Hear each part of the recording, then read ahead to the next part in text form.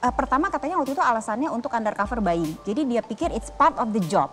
Jadi dari rasa tanggung jawabnya dia, perfeksionisnya dia yang memang dari kecil itu ada dari hasil anamnesa, wawancara dengan kedua orang tua juga mengatakan demikian. Dia merasa it's part of the job. Nah ketika kemudian dia tahu bahwa ini akan disalahgunakan, itu yang seperti tadi Adriel katakan, ini terjadi kegalauan. Iya enggak, dia menunda sekian lama. Tapi ketika kemudian dipepet terus, akhirnya dia sampai pada satu titik, udah dia cepet dia selesaikan deh daripada ini terus-terusan dipepet. Ketika kemudian mereka berjumpa di hotel di Bukit Tinggi, ketika Dodi diakui tadi oleh Bang Adriel menolak, ada resikonya? Ternyata tidak. Jadi penggunaan kata di bawah pengaruh, di bawah kekuasaan Teddy Minahasa, keterpaksaan, terjerumus, terpatahkan. Plus Dodi sendiri yang mematahkan alibi dia dengan mengatakan bahwa saya berani berhadapan dengan Kapolda-Kapolda lain. Itu menunjukkan bahwa sekali lagi Dodi ini sepertinya punya kemampuan, punya kesempatan untuk menghindar dari sebutlah tekanan Teddy Minahasa, plus tidak punya atau tidak mengalami resiko apapun ketika dia menentang tanda petik perintah Teddy Minahasa. Jaksa Penuntut Umum atau JPU menuntut ex-Irjen Teddy Minahasa Putra dengan hukuman pidana mati dalam kasus peredaran narkotika jenis sabu. Hal ini disampaikan JPU dalam persidangan di Pengadilan Negeri Jakarta Barat. Terdakwa lain yaitu Dodi dan Linda menangis pecah saat membacakan pleidoinya di selembar kertas. Kasranto terlihat hanya tertunduk sambil mengenang kariernya memudar dan menceritakan kesulitan perekonomian keluarganya. Adriel Fiari Purba, selaku pengacara atau kuasa hukum dari ketiga terdakwa mengatakan, sudah terang perkara ini, sudah jelas muaranya pada Teddy Minahasa.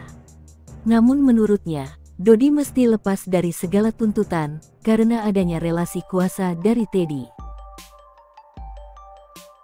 Jadi Mbak Sylvie begini, kalau kita lihat, kita tarik ke belakang semua peristiwa ini, semua asal muaranya dari perintah Pak Teddy Minahasa kan gitu.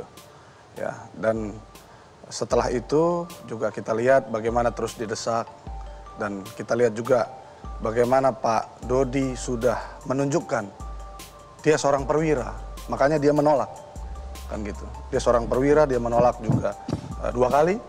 Ketika bertemu hadap-hadapan dengan Pak TM di Hotel Santika dia menolak, dan juga pertama kali tanggal 17 Mei sebagian BB diganti dengan Tawas, dia langsung menolak dengan tegas, siap tidak berani jenderal. Di situ berarti kan dia tidak punya mensrea, dia tidak punya niat sedari awal. Namun terus didesak, dipindahkan, akhirnya dia mau. Dan dikenalkan kepada Linda. Linda pun sama. Dia tidak punya mensrea di awal. Dia hanya ingin meminjam uang untuk ke Brunei. Tapi diprovokasi oleh Pak TM untuk menjual sabu. Dan maka dari itu mereka akhirnya terus didesak, dikendalikan oleh Pak Teddy Minahasa. Dan akhirnya pertemuan mereka di Jakarta diizinkan oleh Pak Teddy, kan begitu. Jadi menurut kami tuntutan 20 tahun itu tidak kepada Pak Dodi tidak mencerminkan rasa keadilan. Karena apa? Di sini kita lihat Pak Dodi itu tidak punya mensrea, tidak punya niat dan tidak bisa dimintai pertanggungjawaban pidana. Jadi seharusnya alat itu Pak Dodi khususnya itu semua dikembalikan kepada Pak Teddy Minahasa. Dia yang memerintah, dia yang mengendalikan, dia sebagai inisiatornya gitu. Nah, tapi pada akhirnya bekerja sama. Ya. Jadi begini, kalau bekerja sama kita lihat memang Pak Dodi itu memang pada akhirnya melaksanakan walaupun dia sudah menolak. Tapi tetap kita kembali lagi di pertanggungjawaban pidana itu. Harusnya diminta pertanggungjawaban itu si Pak Teddy Minahasa bukan si Pak Dodi. Gitu. Jaksa Penuntut Umum atau JPU memberi respon tanggapan atau replik atas pledoi yang diajukan Ajun Komisaris Besar Polisi AKBP Dodi Prawira Negara CS pada kasus sabu Teddy Minahasa ini. Hakim Ketua John Sarman Saragih memberi waktu 1 pekan kepada jaksa untuk menyiapkan replik. Sidang berikutnya digelar pada hari Rabu, tanggal 12 April tahun 2023, jam 9 waktu Indonesia Barat. Agenda sidang tanggapan penuntut umum atau replik terhadap nota pembelaan yang disampaikan oleh terdakwa atau penasihat hukumnya. Semua terdakwa masih tetap pada tahanan atau ditahan. Ya, kalau saya lihat ada 3 masalah. Tapi intinya transaksi. Transaksi penyisihan yang 5 kilo dari 41, kemudian transaksi yang gagal di Cina Selatan, yang ketiga ada transaksi jual beli dengan Taiwan itu. Artinya ini ada jaringan yang selama ini sudah berjalan, cuman yang baru terungkap yang 5 kilo penyisian itu gitu kan. Nah soal tadi 5 kilo ya menjadi 20 tahun, 18 tahun, 17 tahun, kemudian yang satu mati ya, saya sih setuju-setuju aja gitu. Mudah-mudahan pantas saja, Kang Asep, ya bukan pantas saja. lagi ya, kalau jaringan narkotika ya kalau bagi saya mah mati urusannya. Mau kata itu tidak punya mens rea, tidak berani menolak karena perintah. Ya sekarang mau mens rea nggak, saya udah patah kan semuanya ada transaksi. Ya, transaksinya kan mengedarkan, menjual.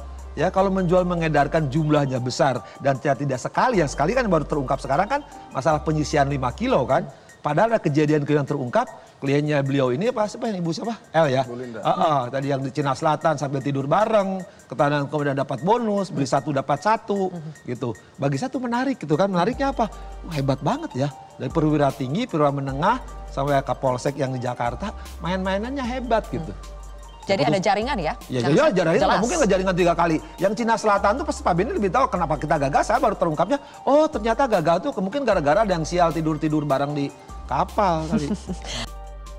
Ya tetap, tapi kami tidak sepakat dengan tuntutan jaksa karena itu tidak mencerminkan rasa keadilan. Begini Mbak Silvi, kalau memang dibilang jaringan, buktinya Pak Dodi tidak pernah dipidana, tidak pernah melakukan hal itu, dan dia tidak mengenal Linda sebelumnya. Mereka, Dodi dan Linda kan perkenalan diatur oleh Pak Teddy Minahasa, dia share kontaknya via WA. Dan ketika ketangkap di Polda Metro Jaya, itu mereka baru kenal. Mereka tidak kenal sebelumnya. Jadi tidak mungkin Dodi dan Linda itu ada urusan jaringan sebelumnya. Ya, itu mengenai hubungan Dodi dan Linda.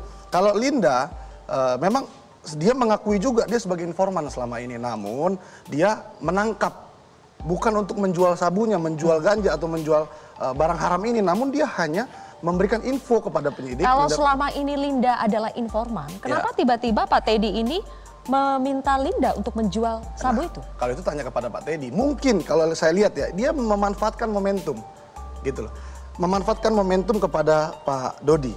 Prestasinya Pak Dodi mengungkap 41,4 kilo itu dijadikannya momentum. Karena memang Pak Teddy di dalam press release juga mengatakan bahwa Polres Bukit Tinggi selama berdiri ini adalah penangkapan terbesar.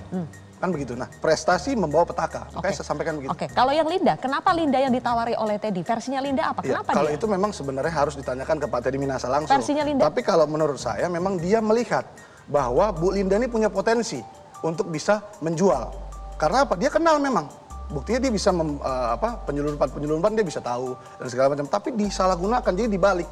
Yang tadinya dia menangkap ini disuruh merangkul si pembeli untuk menjual. Oke, Linda awalnya tadi memberikan informasi untuk menangkap. Iya. Bukan bagian dalam jaringan. Oh tidak, saya bisa pastikan itu tidak. Oke, baik.